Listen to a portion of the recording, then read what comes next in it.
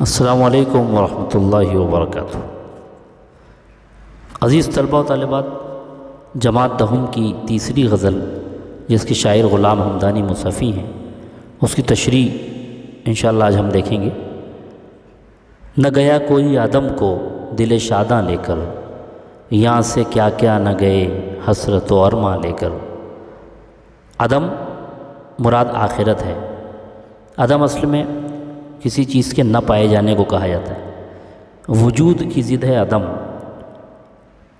یہاں آخرت سے مراد ہے۔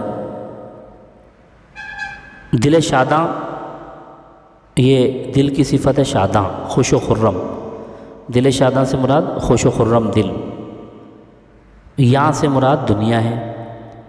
حسرت و ارماں، یہ واو عطف کی ترکیب کے ساتھ ہے، عطفی ترکیب ہے، اور حسرت و ارماں کا مطلب آرزوئیں، تمنائیں۔ اور حسرت کے معنی افسوس اور مایوسی کے بھی ہوتے ہیں۔ تو اس اعتبار سے شاعر یہ کہنا چاہتا ہے کہ نہ گیا کوئی عدم کو، کہ کوئی آخرت کے سفر پر نہیں گیا دل شاداں لے کر، خوش و خرم دل لے کر۔ شاعر یہ کہنا چاہتا ہے کہ کوئی بھی اس حال میں نہیں مرا کہ اس کا دل خوش و خرم ہو، اور آخرت کے سفر پر روانہ نہیں ہوا کوئی خوش و خرم دل لے کر۔ اس کی کیا وجہ تھی؟ تو شاعر نے بتایا، یہاں سے کیا کیا نہ گئے حسرت و ارماں لے کر، یعنی یہاں سے دنیا سے جانے والے انسان کیسی کیسی حسرتیں اور کیسے کیسے ارمان لے کر یہاں سے چلے گئے۔ یعنی شاعر وہی بات کہنا چاہ رہا ہے جس کو غالب نے کہا تھا، ہزاروں خواہشیں ایسی کہ ہر خواہش پہ دم نکلے، بہت نکلے میرے ارمان لیکن پھر بھی کم نکلے۔ یعنی انسان کی خواہشیں پوری نہیں ہوتی، اور اس حال میں وہ دنیا سے جاتا ہے کہ اس کی خواہشات باقی ہوتی، اور آرزوئیں اور تمنائیں لے کر ساتھ میں وہ چلا جاتا ہے۔ تو اسی کو شاعر نے کہا کہ یہاں سے کیا کیا نہ گئے حسرت و ارماں لے کر، کہ جانے والے یہاں سے یعنی دنیا سے کیسے کیسے ارمان اور حسرتیں اپنے ساتھ لے کر یہاں سے چلے گئے۔ اسی لیے وہ آخرت کے سفر پر خوش و خرم دل لے کر نہیں گئے، اس لیے کہ اگر ان کی خواہشات پوری ہو جاتی اور تمنائیں آرزوئیں مکمل ہو جاتی تب وہ خوش و خرم ہوتے، لیکن چونکہ ان کی آرزوئیں مکمل نہیں ہوئیں اس لیے وہ دل شاداں لے کر اس دنیا سے نہیں گئے۔ تو اس کا مفہوم شاعر کا یہی ہے۔ شاعر اس شعر میں یہی کہنا چاہتا ہے کہ اس دنیا میں کسی کی آرزوئیں اور تمنائیں پوری نہیں ہوتی بلکہ وہ باقی رہتی، اسی وجہ سے انسان یہاں سے خوش و خرم نہیں جاتا۔ دوسرا شعر آپ کے سامنے، باغ وہ دشت جنوں تھا کہ کبھی جسمیں سے، لالہ و گل گئے ثابت نہ گریباں لے کر۔ باغ کو شاعر نے دشت جنوں کہا ہے، استعارہ ہے۔ تو شاعر باغ سے مراد یہاں پر دنیا ہے۔ تو شاعر یہ کہتا ہے کہ یہ جو دنیا ہے جس کو باغ سمجھا جاتا ہے، جس کی رنگینیوں میں لوگ کھو جاتے ہیں اور جس کو باغ سمجھتے ہیں، تو وہ اصل میں ایک ایسا دیوانگی کا صحرا تھا، دیوانگی کا ریگستان تھا۔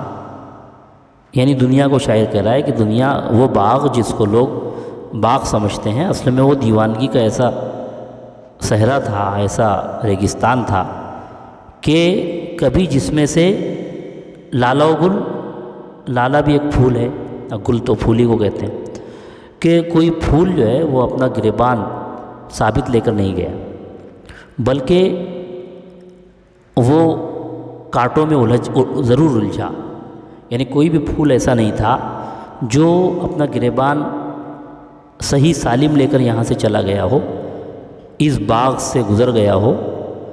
باغ جو کہ اصل میں جنوں کا دشت تھا، جو دیوانگی کا صحرا تھا، اس میں سے کوئی پھول ایسا نہیں تھا کہ گزرتے وقت جس کا گریبان ثابت بچا ہو، صحیح سالم بچا ہو۔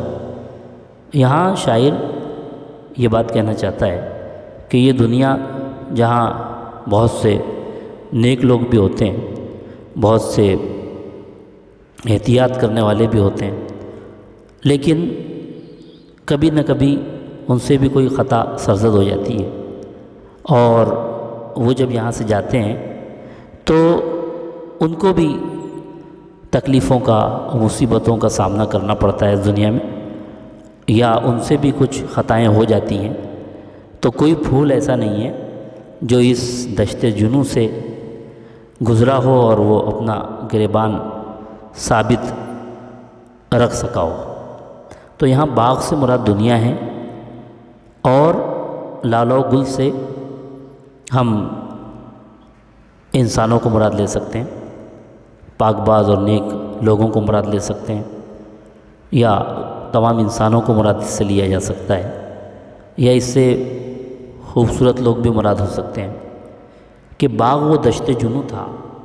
دنیا یعنی دنیا کو باغ کا شاعر نے، دنیا ایک ایسا باغ جس کو لوگ باغ سمجھتے تھے، وہ اصل میں دیوانگی کا ایسا صحرا تھا، یعنی لوگ اس کی محبت میں دیوانے ہو گئے تھے، اور اس کی محبت میں اس قدر دیوانے ہوئے، یعنی دنیا کی محبت اتنی دل میں آ گئی کہ اس سے گزرتے وقت کوئی پھول جو ہے وہ کانٹوں میں الجھے بغیر نہ رہ سکا، اور اپنے گریبان کو صحیح سالم وہ نہ لے جا سکا۔ گریبان اوپر کا جو کرتے کا جو اوپر کا حصہ ہوتا ہے، کالر کا جو حصہ ہوتا ہے، وہ گریبان کہلاتا ہے۔ تو کوئی پھول ایسا نہیں بچا جو اپنے گریبان ثابت لے کے یہاں سے گیا ہو۔ تو آپ سمجھ گئے ہوں گے کہ اس شعر میں شاعر نے دنیا میں انسانوں کے ساتھ پیش آنے والی مصیبتیں اور پریشانیاں، اور ساتھ میں دنیا کی محبت میں پڑھ کر انسان جو خطائیں کر بیٹھتا ہے اس کی طرف اشارہ کیا ہے۔ تیسرے شعر کی طرف ہم چلتے ہیں۔ پردہ خاک میں سو سو رہے جا کر افسوس، پردہ رخسار پہ کیا کیا مہتاباں لے کر۔ اس شعر میں شاعر نے غالب کا وہ مصرع کہ خاک میں کیا صورتیں ہوں گی کہ پنہاں ہو گئیں، اسی کی گویا تشریح کی ہے۔ پردہ خاک مٹی کا پردہ، پردہ رخسار گال کو کہتے ہیں، گال کا پردہ، مہتاباں روشن اور چمکدار چاند۔ تو اس میں شاعر یہ کہتا ہے کہ مٹی کے پردے میں افسوس ہے کہ مٹی کے پردے میں جا کر سو گئے۔ کون سو گئے؟ پردہ رخسار پہ کیا کیا مہتاباں لے کر، رخسار کے پردے پر، گال کے پردے پر کیسے کیسے روشن اور چمکدار چاند لے کر افسوس ہے کہ خاک کے پردے میں جا کر سو گئے۔ یہاں مراد شاعر یہ کہنا چاہتا ہے کہ ایسے حسین و جمیل اور خوبصورت لوگ جو کبھی اس زمین کی شان ہوا کرتے تھے، اور جو اپنے رخسار کے پردے پر روشن چاند لے کر گویا گھوما کرتے تھے، آج افسوس ہے کہ وہ بھی اس دنیا میں باقی نہیں رہے، اور خاک کے پردے میں جا کر کیسے کیسے چاند چھپ گئے۔ تو اس میں شاعر نے دنیا کی بے ثباتی کو بیان کیا ہے کہ دنیا فانی ہے اور ایک دن اس کو ختم ہو جانا ہے، اور آج جو حسن و جمال اور دولت یا جو بھی جس طرح کی بھی نعمت ہے وہ سب قبر میں جانے کے بعد وہ سب ختم ہو جائیں گی۔ ابر کی طرح سے کر دیویں گے عالم کو نہال، ہم جدھر جاویں گے یہ دیدے گریاں لے کر۔ ابر بادل، نہال کرنا محاورہ ہے، خوش کر دینا، عالم دنیا، دیدے گریاں روتی آنکھ، روتا ہوا دیدہ۔ یہاں تشبیہ ہے ابر کی طرح سے، شاعر نے اپنے آپ کو ابر کی طرح بتایا ہے۔ تو ہم جو ہے مشبہ ہے، ابر مشبہ بھی ہی ہے۔ شاعر کہتا ہے کہ ابر کی طرح سے کر دیویں گے عالم کو نہال، کہ ہم بادل کی طرح دنیا کو خوش کر دیں گے۔ جیسے جب بادل آتا ہے، بارش ہوتی ہے تو پوری دنیا خوشی مناتی ہے، اور ہر طرف سبزہ اور ہریالی کا نظارہ دیکھنے ملتا ہے۔ تو اسی طرح شاعر کہتا ہے کہ جب ہم بھی جو ہے وہ بادل کی طرح سے دنیا کو خوش کر دیں گے۔ ہم جدھر جاویں گے یہ دیدے گریاں لے کر، اور بادل سے کیا مناسبت ہے؟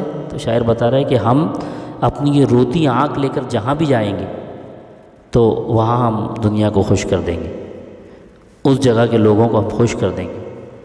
یہاں شاعر نے ان اللہ والوں کی طرف بھی اشارہ کیا ہے، ان دردمند دل رکھنے والوں کی طرف اشارہ کیا ہے کہ جو اللہ کے سامنے روتے ہیں اور اللہ کی جو مخلوق کی مصیبتوں کو دور کرنے کے لیے دعائیں کرتے ہیں، اور جن کی برکت سے لوگ اللہ تعالیٰ لوگوں کو مصیبتوں سے آزاد کرتا ہے، تو ان کی طرف شاعر نے اشارہ کیا، اور ایک بندہ مومن کی طرف جو سچا مومن ہوتا ہے اس کی طرف اشارہ کیا ہے کہ ایک مومن جو ہوتا ہے وہ جہاں بھی جاتا ہے امن، شانتی، سکون اور اطمینان کی کیفیت پیدا ہو جاتی ہے۔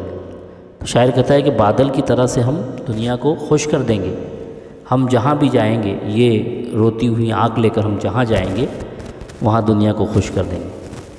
پھر گئی سوئے اسیران قفس باد صبا، خبر آمد ایام بہاراں لے کر۔ سوئے اسیران قفس، قفس کہتے ہیں پنجرے کو، اسیران اسیر کی جمع ہے، اسیران قفس زیر اضافت کی ترکیب بھی ہے، پنجرے کے قیدی۔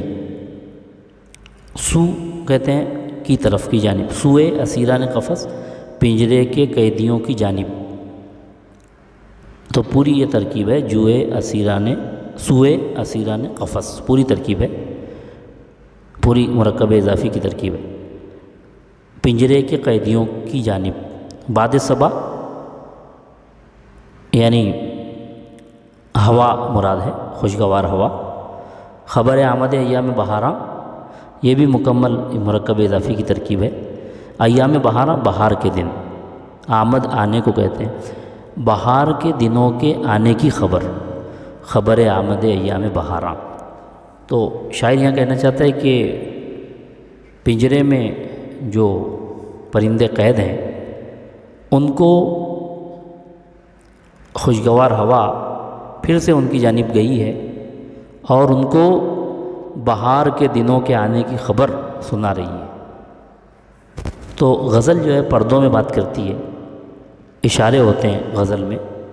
یہاں شاعر اشارہ کر رہا ہے کہ جو لوگ غلامی کی زندگی بسر کر رہے ہیں، جو آج مصیبتوں میں اور پریشانیوں میں مبتلا ہیں، تو ان کو حالات ان کو اس بات کی طرف اشارہ کر رہے ہیں کہ اگر آج ظلم و ستم ہو رہا ہے، اگر آج مصیبتیں آئی ہوئی ہیں، تو ایک وقت ایسا بھی آئے گا، اور وہ وقت زیادہ دور نہیں ہے کہ انشاءاللہ پھر بہار کے دن آئیں گے، پھر خوشیوں کے دن آئیں گے۔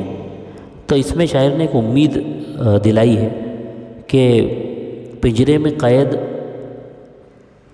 لوگوں کی جانب، یعنی پنجرے میں قید پرندوں کی جانب باد صبا پھر سے گئی ہے، اور وہ ان کو بہار کے دنوں کے آنے کی خبر سنا رہی ہے، اور ان کو امید دلا رہی ہے کہ یہ قید کا سلسلہ ختم ہونے والا ہے۔ رنج پر رنج جو دینے کی ہے خو قاتل کی، ساتھ آیا ہے بہم تیغ و نمکداں لے کر۔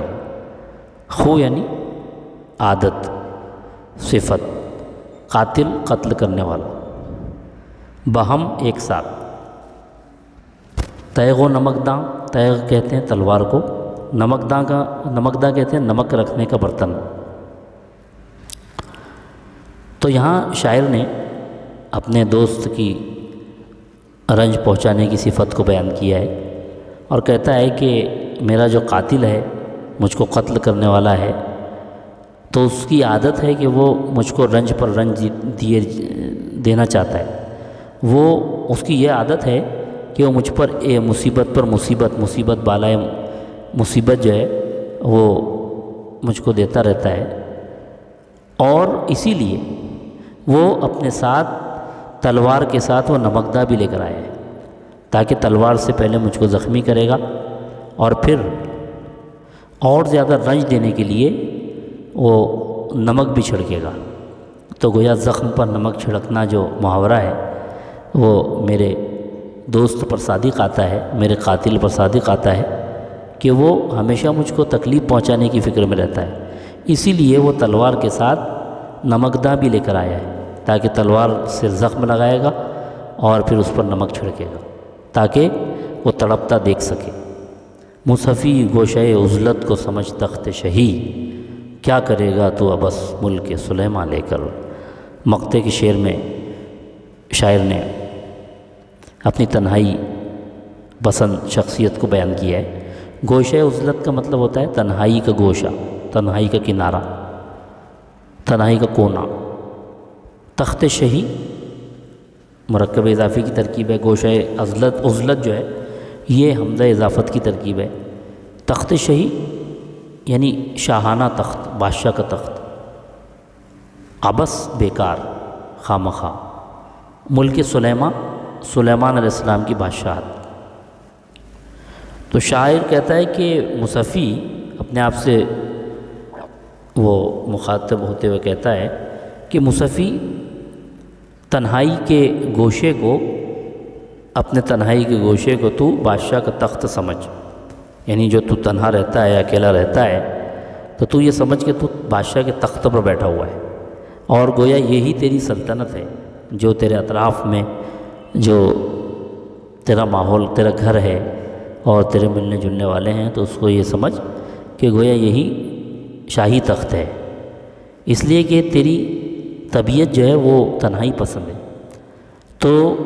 تو بیکار میں سلیمان علیہ السلام کا ملک اور بادشاہت لے کر تو کیا کرے گا، اس لیے تو اپنے گوشہ عزلت ہی کو شاہی تخت سمجھ، اپنے تنہائی کے گوشے ہی کو شاہی تخت سمجھ۔ تو اس میں شاعر نے ایک اس طرف بھی اشارہ کیا ہے کہ انسان کو جو نعمت حاصل ہو وہ اسی پر شکر بجا لائے، اور دوسرے افراد کو دیکھ کر یا ان کو جو نعمتیں ملی ہیں تو وہ حسد کا بھی شکار نہ ہو اور اپنا دل بھی چھوٹا نہ کرے، بلکہ اپنی جو حاصل نعمتیں ہیں ان کو غنیمت جانے۔